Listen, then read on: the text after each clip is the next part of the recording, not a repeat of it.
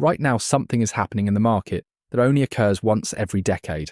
And the last 3 times this happened, regular people with regular jobs turned a few $1,000s into life-changing wealth. I'm talking about teachers, nurses, truck drivers who became millionaires. And if you miss what I'm about to show you, you'll be kicking yourself for the next 10 years. Look, I know what you're thinking. Another video promising easy money. But here's the thing. I'm not selling you a course. I'm not asking you to buy anything. What I'm going to share with you is backed by decades of market data. And more importantly, by real stories of real people who saw the pattern and acted on it. By the end of this video, you'll understand exactly what's happening, why it matters, and what you can do about it starting today. So make sure to stay until the end, leave a like, and let's start. Let me paint you a picture. It's 2009. The world just went through one of the worst financial crashes in history. Everyone is terrified. Your neighbours are losing their homes. Companies are going bankrupt left and right. The news is telling you the economy is finished. And what do most people do? They panic. They pull their money out of everything. They hide it under the mattress. But there's a small group of people who did something different. They saw something nobody else was seeing. They looked at the fear, the panic, the chaos, and they saw opportunity. Not because they were lucky, not because they had insider information, but because they understood one simple truth about how markets work. Here's what they knew. When everyone is selling, prices drop to levels that make absolutely no sense. In 2009, you could buy shares of companies like Apple for around $12.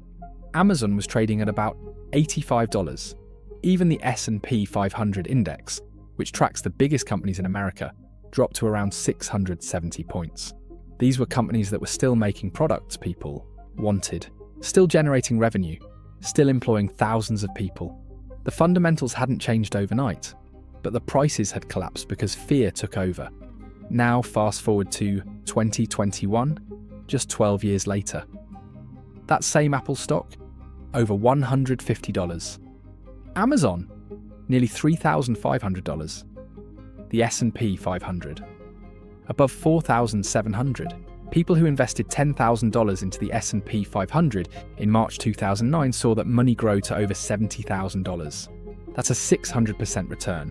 Not from gambling, not from luck, just from buying when everyone else was selling. But here's where it gets interesting. This wasn't the first time this happened. Go back to March 2000. The dot-com bubble just burst. Technology stocks crashed. People said the internet was a fad. Tech companies were going bankrupt every single day. The Nasdaq fell from over 5,000 points to below 1,200. That's a drop of over 75%. Companies like Amazon, which was already a major retailer, dropped from $85 a share to just $6. Cisco, the networking giant, fell from $80 to $10. Everyone said tech was dead, that the whole internet thing was overrated, that we'd gone back to the old economy.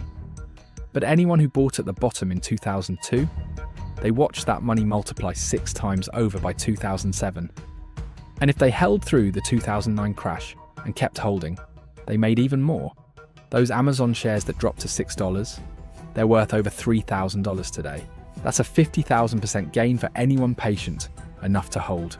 And we can go even further back. In 1987, the market crashed 22% in a single day. Black Monday, they called it. It was October 19th. People woke up, turned on the news, and watched their retirement accounts get destroyed in real time. Trading floors were in chaos. Brokers were literally crying at their desks. People were convinced it was the end of capitalism, the beginning of another Great Depression.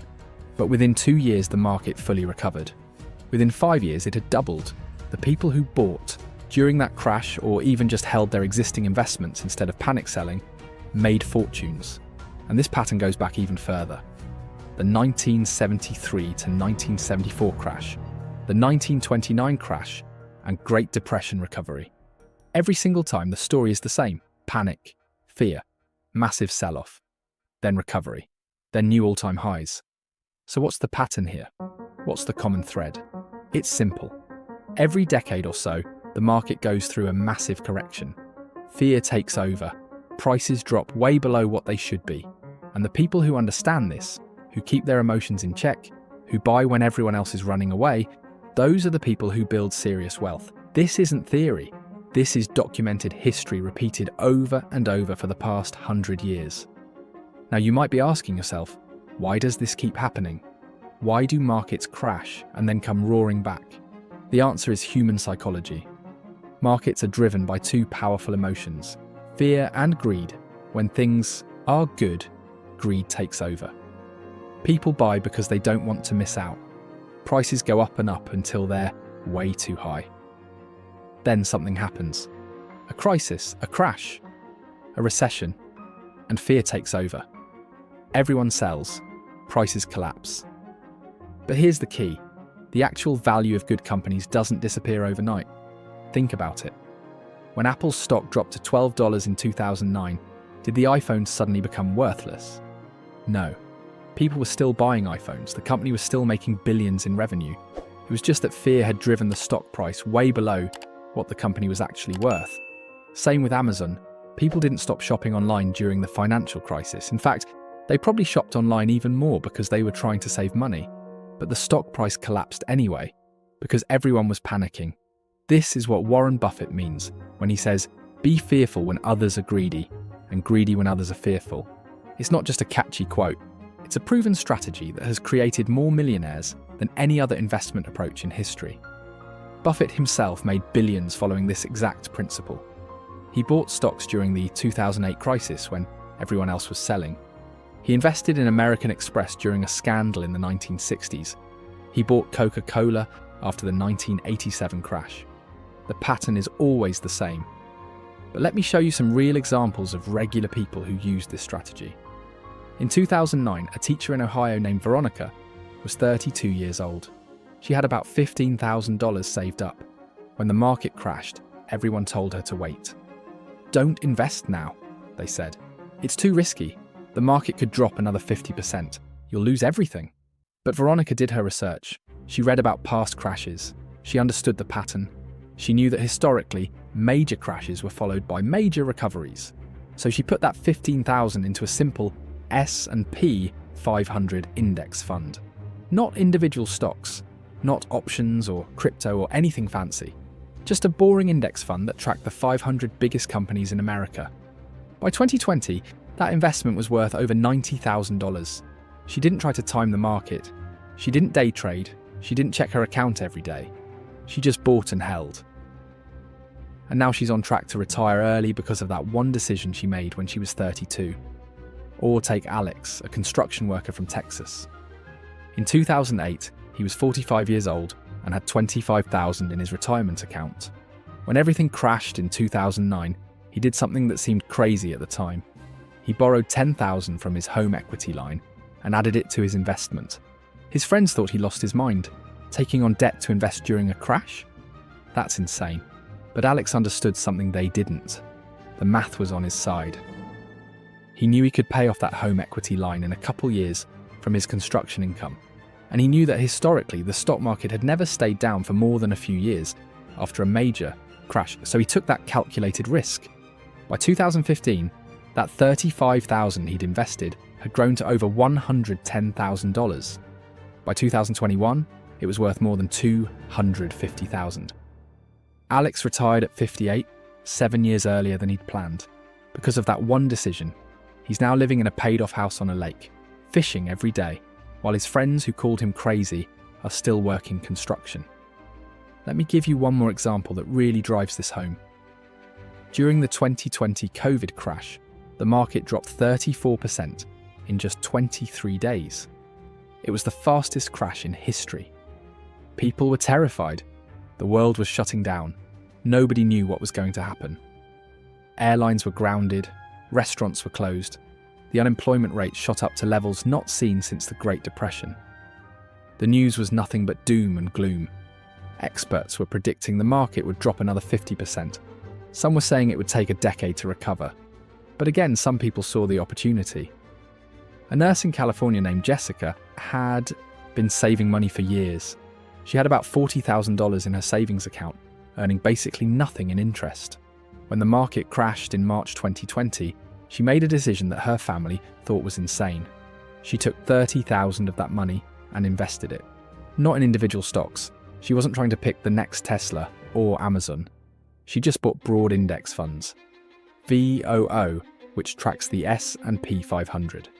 VTI, which tracks the total US stock market. She split it between those two. Her parents told her she was crazy. Her friends said she was throwing her money away. The news kept saying the market would drop another 50%. But Jessica understood the pattern. She'd studied what happened in 2009. She'd read about the dot-com crash. She knew that when everyone is panicking, that's usually the best time to buy. And she was right. By the end of 2020, that $30,000 had grown to almost $50,000. By early 2022, it was worth over $65,000. That's more than double her money in less than 2 years. And she didn't do anything complicated. She just bought and held. Now I want to address something important here. Some of you might be thinking, sure, it's easy to say this now. Looking back, of course, investing in 2009 or 2020 was a good idea. But when you're in the moment, when everyone around you is freaking out, when you're watching your account balance drop every single day, it doesn't feel that simple. And you're absolutely right. It's not easy. If it was easy, everyone would do it. The reason most people don't build wealth this way isn't because they don't know about it. It's because they can't control their emotions when it matters most. They know they should buy low and sell high. But when the time comes to actually buy low, when everyone is panicking and the news is terrible and their portfolio is down 40%, they freeze up. Or worse, they sell at the bottom and lock in their losses. This is why having a plan before the crash happens is so important. You need to decide, right now while things are relatively calm, what you'll do when the next big crash comes. Because it will come. Maybe it's this year. Maybe it's next year. Maybe it's 5 years from now. But it will happen. And when it does, you need to be mentally prepared. You need to have cash ready. You need to know exactly what you're going to buy. And you need to have the discipline to execute that plan, even when your gut is telling you to run. Just for you to know, I opened a free community where I share tips on how to make your YouTube channel from zero in 2026. And trust me, YouTube has made a lot of regular people rich every year. So join with the link below. Now here's what makes this even more powerful. You don't need to be a genius to do this. You don't need a finance degree from Harvard. You don't need to understand complicated charts or technical analysis or read earnings reports. All you need to understand is this basic principle. When great companies go on sale because of fear, you're buying opportunity. When the S&P 500 drops 30% or 40% and everyone is running for the exits, that's when you should be running toward the entrance. Let me break down the actual numbers for you because this is important. From 1950 to today, the stock market has had a major correction. We're talking 20% or more, about once every 10 years on average. And every single time, without exception, the market has recovered and gone on to hit new highs. The average time to recover? About 2 to 3 years. But here's the crazy part. The average return in the 10 years following a major crash. Over 200%. That means if you invest $50,000 right after a major crash and hold for 10 years, you're looking at potentially $150,000 or more. But here's where most people mess up. They wait too long. They want to see the recovery happening before they invest. They want confirmation that things are getting better. By the time they feel comfortable, by the time the news is positive again, by the time their friends are talking about their stock gains, prices have already gone back up. They miss the opportunity. They end up buying near the top instead of near the bottom. This is why timing matters. Not in the day trading sense where you're trying to buy at the exact bottom and sell at the exact top. That's impossible. Nobody can do that consistently. But in the sense of recognizing when fear has pushed prices below their true value, when solid companies with real profits and real products are trading like they're going bankrupt, when the S&P 500, which represents the entire American economy, is down 30% or 40%, even though America isn't actually ending. So how do you know when that moment arrives? There are a few clear signs. First, you'll see extreme pessimism in the news, not just bad news. Extreme doom and gloom. Headlines about the end of the economy. Experts predicting another Great Depression. Talk about how this time is different and will never recover. Second, you'll see major indexes down 30%, 40%, sometimes even 50% from their peaks. Not 10% or 15%. Those are normal corrections that happen all the time. I'm talking about real crashes. the kind that make headlines around the world, the kind that cause CNBC to have special coverage all day. Third, and this is important, you'll see fear in your own gut. That feeling that says, maybe I should just stay in cash, maybe this time really is different, maybe the market won't recover this time. That fear, that sick feeling in your stomach when you think about investing, that's actually your signal that it's time to start looking for opportunities. Because when you feel comfortable investing, when it feels safe, that's usually when you're late to the party. But let's talk about risk for a second, because I know that's on your mind. Yes, investing when the market is down carries risk. Companies can fail. Markets can stay down longer than you expect. The economy might not recover as quickly as it did in the past. This is all true. This is why you need to follow a few critical rules. Number 1, only invest money you won't need for at least 5 years, preferably 10. This isn't money for next month's rent or next year's vacation. This is long-term money. Money you can afford to leave alone and let compound. If you might need the money in the next year or two, keep it in cash. Don't invest it. Number 2, focus on diversified investments like index funds rather than individual stocks unless you really know what you're doing.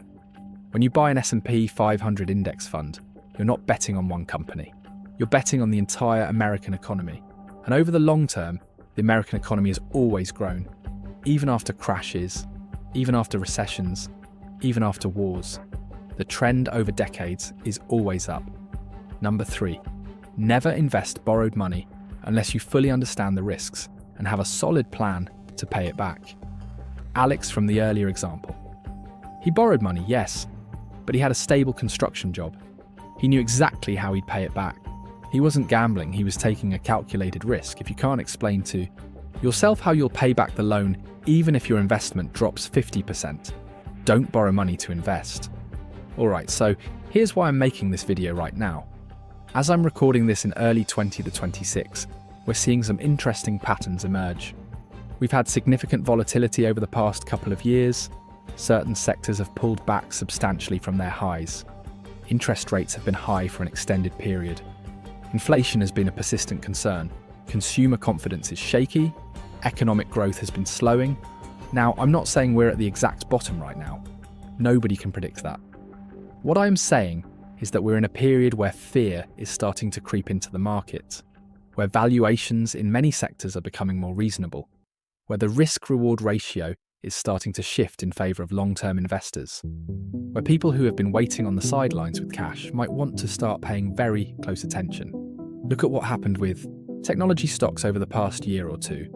Companies that were trading at insane multiples in 2021, where investors were paying 50 or 100 times earnings, have come back down to earth. The Nasdaq had a significant correction. Many growth stocks are down 50%, 60%, even 70% from their peaks. Some of these companies are garbage. They were overvalued at the top, and they're still overvalued now. But some of them have real businesses, real revenue, real profits, real potential. They just got caught up in the hype, and now they're being punished by the fear. This is exactly the kind of environment where wealth is created. Not by the people who buy at the top, when everyone is excited and prices are sky high. Not by the people who panic at the bottom and sell everything. But by the people who do the opposite, who study the fundamentals, who understand that great companies on sale are rare opportunities, who have the patience and discipline to invest for the long term, who can look past the fear and see the value. Here's something most people don't realise. The biggest gains in the stock market don't come during the good times when everything feels safe. They come in the recovery phase after a crash. From March 2009 to March 2010, just 1 year, the S&P 500 gained 68%. From the 2020 COVID crash bottom in March to the end of that year, less than 9 months, the market was up over 65%. These explosive moves happen when fear turns to optimism, when people realise the world isn't ending, when money on the sidelines starts flowing back in. But you can't participate in those gains if you're sitting in cash, waiting for the perfect moment. Because by the time everything feels safe, by the time your friends are talking about their stock gains again, by the time CNBC is bullish and the headlines are positive, that explosive recovery period is over. You'll be buying at higher prices, getting lower returns, wondering why you didn't act sooner. So what should you do? Let me give you a practical approach. If you have money to invest, don't put it all in at once. Use a strategy called dollar cost averaging. Take your total amount and divide it into chunks. Maybe you invest 20% of it now, then 20% more in a month, then 20% more the month after that. Keep doing this over 6 months or a year. This way, if the market goes down more, you're buying at even better prices with your later investments. If it goes up, you still got some money in early and you're participating in the gains. Focus on quality. Look for companies or funds that have survived multiple economic cycles.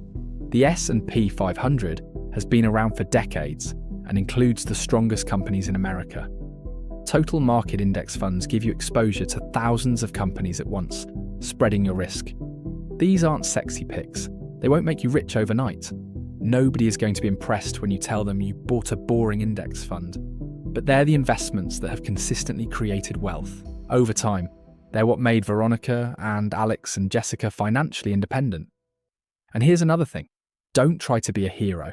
Don't think you need to pick the next Apple or Amazon. Most professional investors can't do that. Most actively managed mutual funds underperform the S&P 500 over 10 years. If the experts with teams of analysts and billions of dollars can't consistently pick winners, what makes you think you can? Instead, buy everything. Buy the whole market through an index fund. That way you don't need to pick winners. You just need the market to do what it's always done, which is go up over time. Here's the bottom line. Every generation gets a few moments like this. Moments where the market offers up incredible opportunities because fear has taken over. Moments where regular people can build extraordinary wealth just by staying calm and thinking long term. These moments don't come around often, maybe 3 or 4 times in your entire investing career, but when they do come, they can change your life if you're prepared to act. In 2009, people who had the courage to invest when everyone else was panicking changed their lives. A $10,000 investment in the S&P 500 at the March 2009 bottom would be worth over $80,000 today. That's enough to change someone's retirement. That's enough to pay for a kid's college education. That's enough to buy financial freedom. And the crazy thing is, it didn't require any special skill, just the willingness to go against the crowd. The same opportunity existed after the dot-com crash in 2002, after the 1987 crash, after the 1973 to 1974 crash, after every major market correction in history, and it will exist again in the future. The question is, will you recognize it when it comes? Will you have the discipline to act? Or will you let fear keep you on the sidelines? Remember, wealth isn't built by following the crowd. The crowd buys at the top when prices are high and everything feels safe. The crowd sells at the bottom when prices are low and everything feels scary. The crowd gets it backwards every single time. Wealth is built by understanding cycles, by recognizing when emotions have pushed prices away from reality, by having a plan and sticking to it even when it feels uncomfortable. I want to be very clear about something. I'm not telling you to invest your rent money. I'm not telling you to quit your job and day trade. I'm not telling you to go all in on risky penny stocks. I'm not promising you'll get rich quick.